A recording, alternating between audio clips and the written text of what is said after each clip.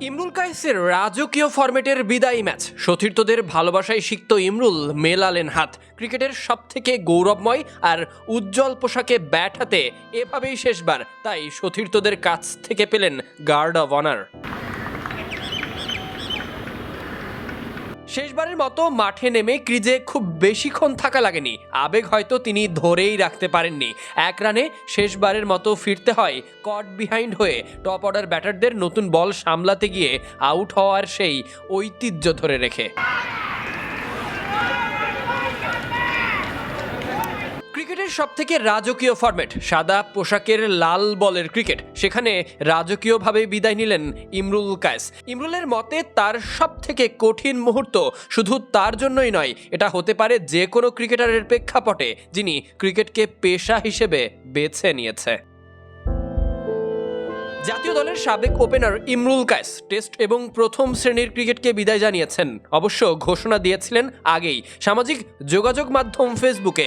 জাতীয় লিগের পঞ্চম রাউন্ড খেলে প্রথম শ্রেণীর ক্রিকেট এবং আন্তর্জাতিক টেস্ট ফরম্যাটকে বিদায় জানাবেন ইমরুল কায়েস সাগর। সেই অনুযায়ী এই ফরম্যাটে নিজের ক্যারিয়ারের শেষ ম্যাচটি খেলতে নেমেছিলেন খুলনা ডিভিশনের হয়ে চিরচেনা মিরপুরে, শেষবারের মতো সাদা পোশাকে।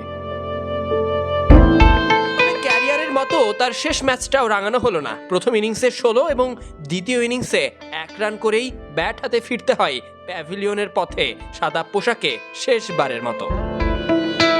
2008 সালে প্রত্যন্ত অঞ্চল মেহেরপুর থেকে উঠে আসা ইমরুল কায়েস জাতীয় দলের সুযোগ পান। তবে এই বাঁহাতি টপ অর্ডার ব্যাটারের ঘরোয়া ক্রিকেট শুরু তারও আগে থেকে। 2007 সালে খুলনায় ঢাকা বনাম খুলনা বিভাগের ম্যাচ দিয়ে এফসিতে অভিষেক হয় ইমরুল কায়েসের। সব মিলিয়ে জাতীয় দলে 39টি আন্তর্জাতিক টেস্ট ম্যাচ খেলেছেন, যার মধ্যে 3টিতে সেঞ্চুরি আর 4টিতে হাফ সেঞ্চুরি করেছেন 1797 রান। ক্যারিয়ারের শেষ ম্যাচ পিঙ্ক বলে 2019 সালের নভেম্বরে ইডেন গার্ডেন্সে।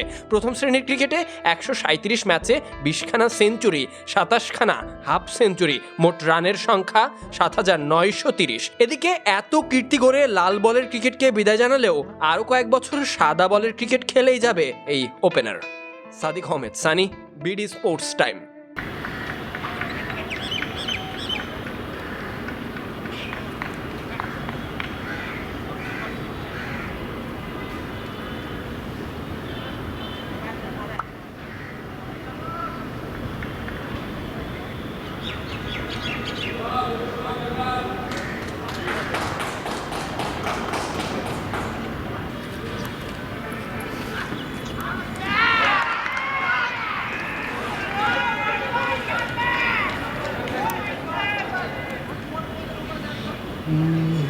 বাসায় যাব হচ্ছে